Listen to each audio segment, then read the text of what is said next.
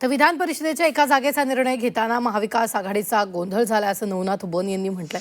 महाविकास आघाडीला घरी बसवल्याचं महाराष्ट्राला समाधान होईल असंही नवनाथ बन यांनी म्हटलं। संजय राऊतांनी उद्धव ठाकरेंना लढू दिलं नाहीये, अंबादास दानवेंचा राजकीय बळी दिल्याचंही नवनाथ बन यांनी म्हटलेलं आहे। विधान परिषदेच्या एका जागेचा निर्णय घेताना एवढी नाकीनऊ येते।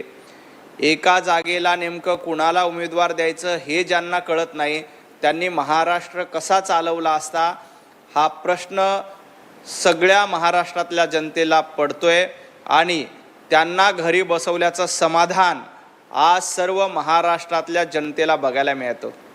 खरं तर महाविकास आघाडीमध्ये विधान परिषदेची एकच जागा निवडून येणार आहे, परंतु या एका जागेसाठी जवळपास 500 लोक महाविकास आघाडीचे इच्छुक होते आणि या एका जागेसाठी यांना निर्णय घेता येत नाहीये। उद्धवजी ठाकरे यांना ही विधान परिषद निवडणूक लढायची होती, परंतु संजय राऊत यांच्या गटाची ती इच्छा नव्हती। संजय राऊतांना असं वाटलं की आत्ता जर का उद्धवजी ठाकरे ही निवडणूक लढले तर ते जिंकतील आणि येणाऱ्या काळामध्ये राज्यसभेची उमेदवारी आपल्याला मिळणार नाही।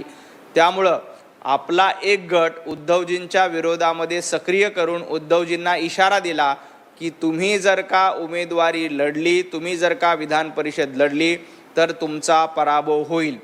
त्यामुळंच उद्धवजी ठाकरे यांनी स्वतःचा राजकीय बळी न देता अंबादास दानवे यांचा राजकीय बळी देण्यासाठी त्यांना पुढे केलंय।